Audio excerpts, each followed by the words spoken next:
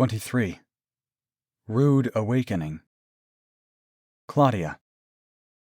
My head was throbbing, aching, and I didn't want to open my eyes. Fingers gently stroked my hair and eased my distress. "Daddy?" "Yes, my love." It wasn't the voice I knew of my father, but it felt right. What happened? "You fell asleep, my love." The bridge between my eyes ached. "My head hurts, Daddy. Why?" He stroked my hair back, tenderly caressing my head again. "Relax, my love. It's the drug in your veins, darling. With time, it shall pass." Drug? I suddenly recognized the accent. My eyes shot open as I sat up. Dr. Nicholson was sitting on a stool near the cot I laid on. Looking around, I was confused by my surroundings, trying to recall what had happened. It all came flooding back to me. "Joseph!" I put a hand over my mouth to hold back a sob. Dr. Nicholson smiled over at me from his place on the stool. I shriveled back. He sat up to examine me as one does a specimen in a lab.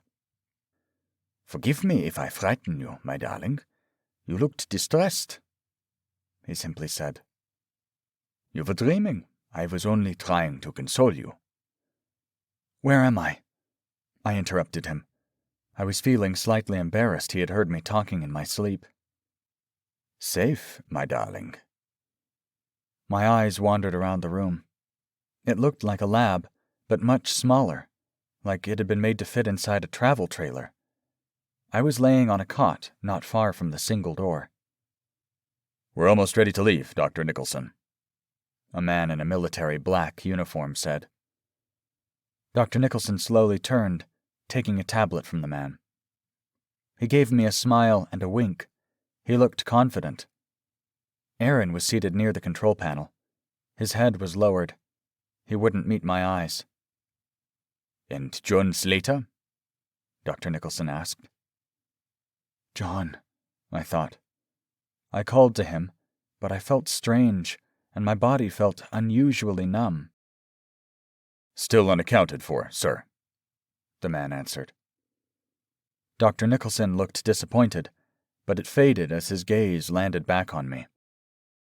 "What a pity. At least I have what I came looking for." He grinned over at me. "Shall we proceed, sir?"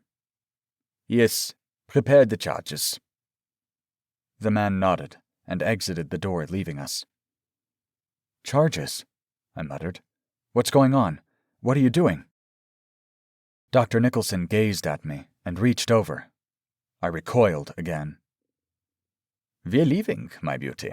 I don't need anyone asking questions, so I'm preparing to bury everything now that I have you." His lips curved up. "As for you and I, we have an appointment to keep. You'll be happy to know that Dr. Spencer has agreed to join us.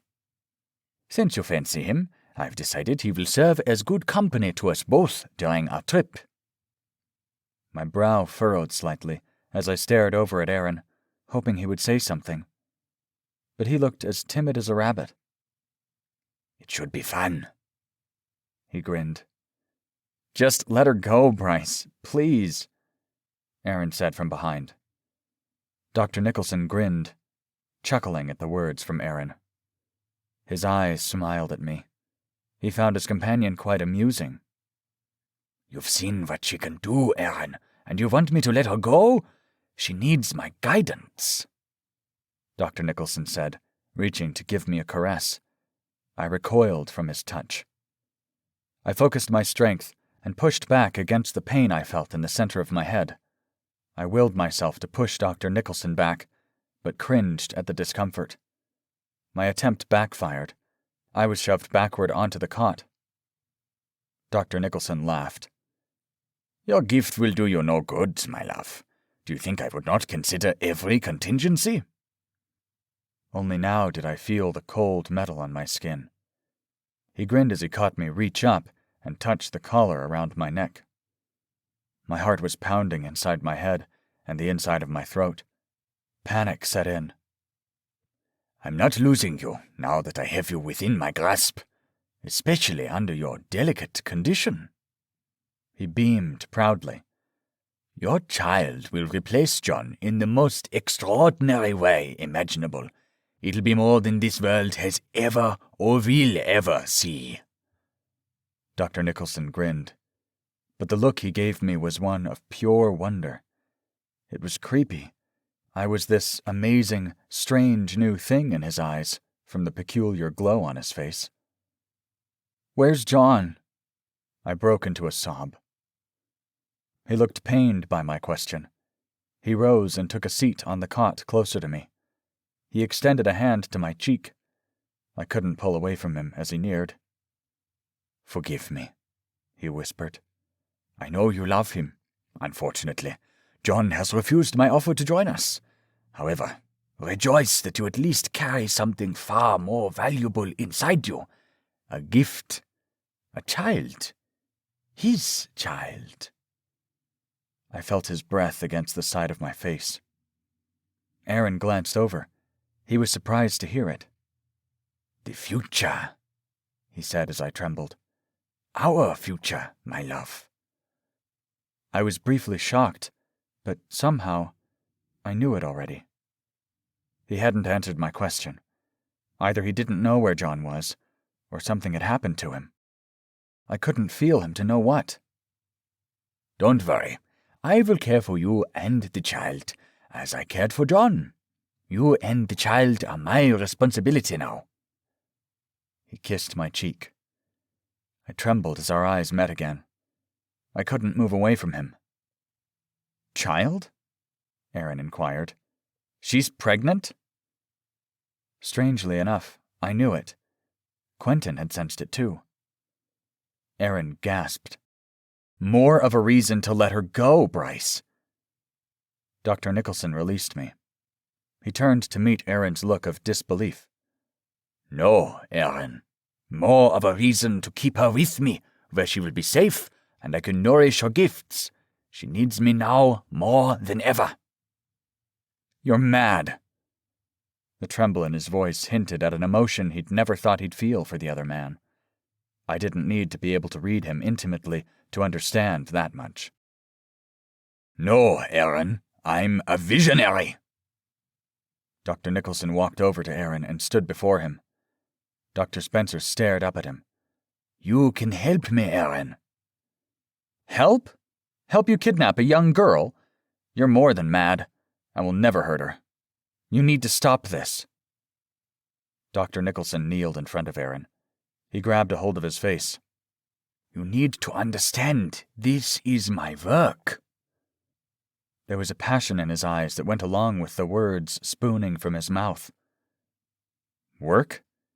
Aaron said, surprised. "You can help me take care of her, see that she is well, and help care for the child, as if it were ours." I was terrified when he said that. "She can be like a daughter, like the child I never had." Dr. Nicholson's gaze seemed to drift into a distant memory, recalling the past. A condescending grin spread over his lips. "I will run the first moment I get a chance. I'll get far away from you, and she will as well." Dr. Nicholson's laughter startled Aaron. "Eventually she will understand what I want to give her and come to accept me, and you, Aaron.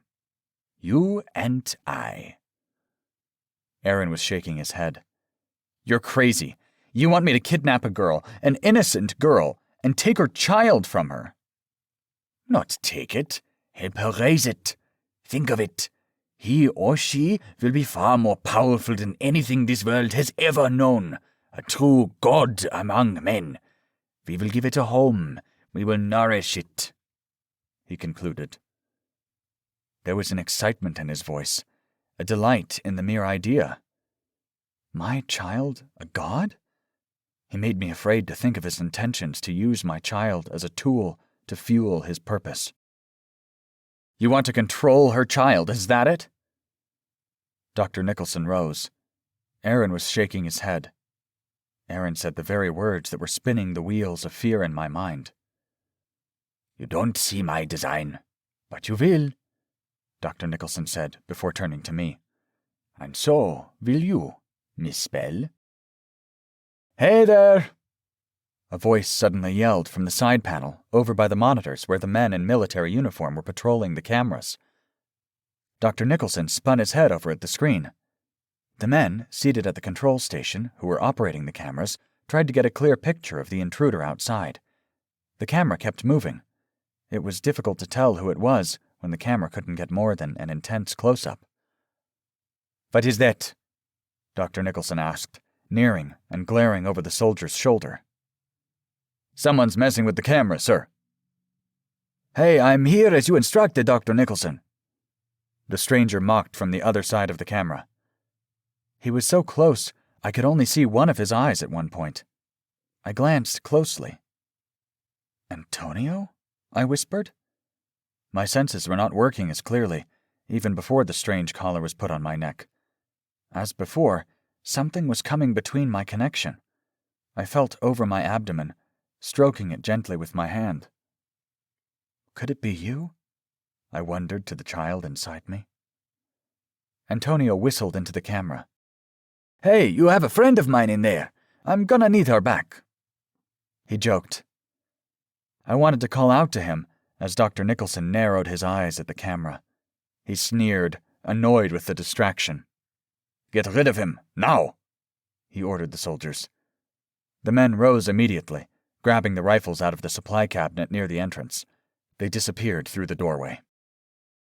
Dr. Nicholson grabbed a gun from the side drawer near the control station as the men left the trailer. He spun around and marched towards me. I pushed away on the cot. He reached over and grabbed my arm. "I've come too far. I'm not about to let you out of my sight for 1 second. You're coming with me. Wherever I go, you go." He managed to pull me up. "No!" I screamed as I fought against him. When I stumbled into him, he narrowed his eyes right at me. "You have to understand, my darling. I never wanted any harm to come to you. I only wanted to protect John. However, I assure you, my priorities have now changed." He stroked my cheek. I turned my face away. "Don't despair. John will eventually join us. I'm more than certain." Dr. Nicholson smiled. I tried to push him off. There were sounds coming from outside. He spun his head back towards the door, biting hard down on his teeth. "Although, I assure you, I don't plan on waiting for whatever John has in store for me, and have him take my only chance." There was movement from the door again. Someone tried the doorknob before firing at the door, but the thick steel kept it intact. Dr. Nicholson pointed his gun at the doorway and waited. His fingers curled around my shoulder, pressing me tightly against the side of him. I was trying to fight against his grip, but it was useless. He turned to secure me in his grasp. "Stop your fighting," he scolded. "Aaron," he called, holding me tightly to him. He narrowed his eyes at the monitor. The camera went offline. He ground his teeth. "Aaron, I need you to switch on the radio by the monitor." "Aaron?" Dr. Nicholson choked back a cry, stumbling forward, nearly falling over me. He released me and grabbed for his neck. I fell on the cot as he moved away and spun around to face Dr. Spencer. His expression was one of despair and betrayal. He lifted the gun as Aaron stumbled back cowardly. He ground his teeth at him, growling angrily. "You dare!" he said, pained. He lost a hold of the gun in his hands. "How could you?" He collapsed to the floor on his knees, then passed out. Aaron kneeled on the floor beside him and turned him over. Gently, he pushed back the blonde locks of his hair. He tenderly caressed Dr. Nicholson's cheek. "Forgive me," he whispered, and kissed his face. I could see he really cared about him. It had taken a lot to do what he had done. Aaron looked up at me when I came to his side. Suddenly, Dr. Nicholson's arm extended and grabbed Aaron's collar. Aaron struggled, fighting his hold. Dr. Nicholson pulled him close. "Why, my love? Why? I need her. Can't you?" He collapsed again. I neared to Aaron's side. He rose, and I reached for him. He held me tightly, then pulled back, gazing into my tear-filled eyes. "Are you okay?" Aaron asked. I nodded, pulling at the collar on my neck. "Let me," he said, and kneeled over Dr. Nicholson's unconscious body carefully. He checked through his pockets and found a strange device resembling a key alarm, along with a key card from his pocket. "We might need this," he said, glancing at the doorway.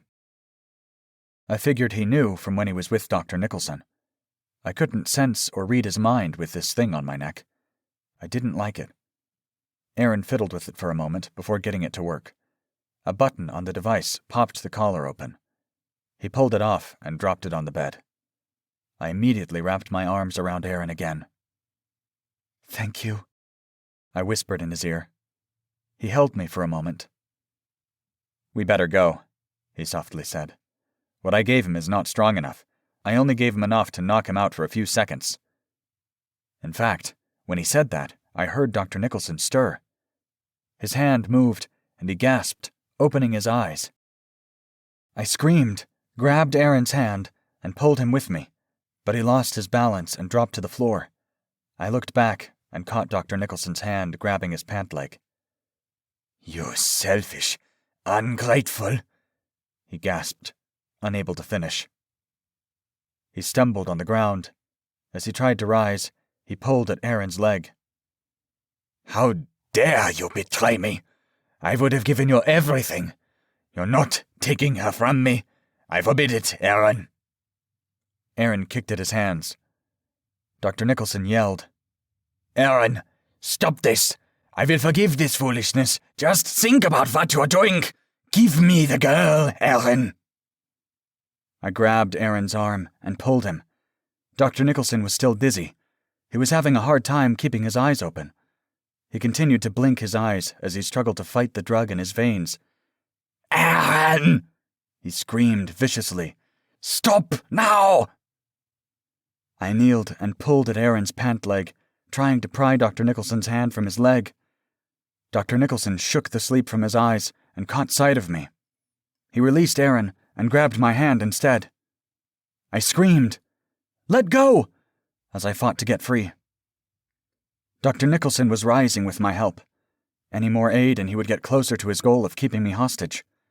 "You're not going anywhere, my lovely." He pulled me towards him. I could see the smile on his face as he neared. "Aaron, help me!" I cried. Aaron looked around, trying to come up with an idea. Finally, he kneeled and bit Dr. Nicholson's hand. Dr. Nicholson released his grip on me. Aaron grabbed my hand and pulled me away with him. We left Dr. Nicholson's fading cries behind us. "Aaron! Aaron!" he hollered. We stumbled out of the trailer, down the courtyard, into the entrance of the building, and into the hallway. I pushed Aaron into an empty classroom as I heard steps coming behind us.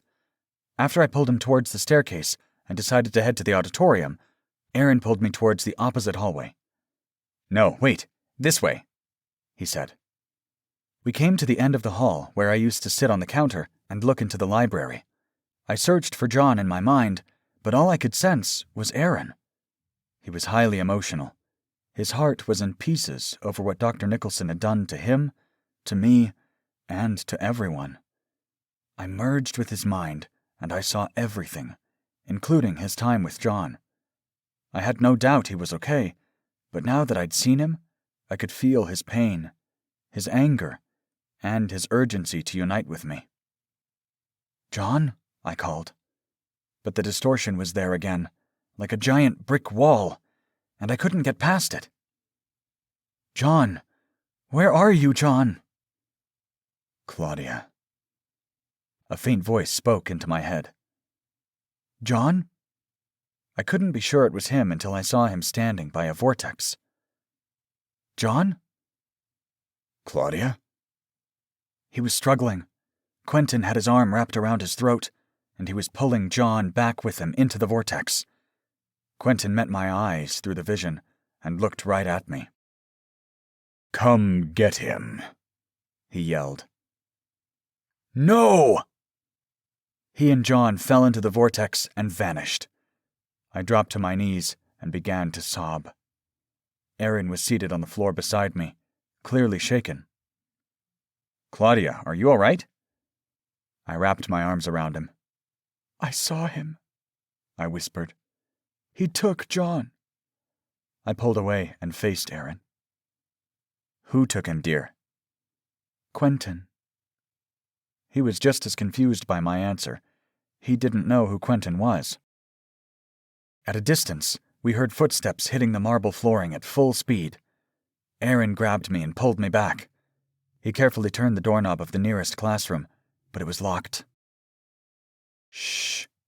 He motioned with a finger to his lips. The steps got closer. A voice came through the speakers in the hallway, loud enough for everyone to hear. And that's when Aaron and I caught sight of Antonio as he stopped to listen. He spotted us standing against the wall, hiding, and he smiled. "Kids, you're all right,"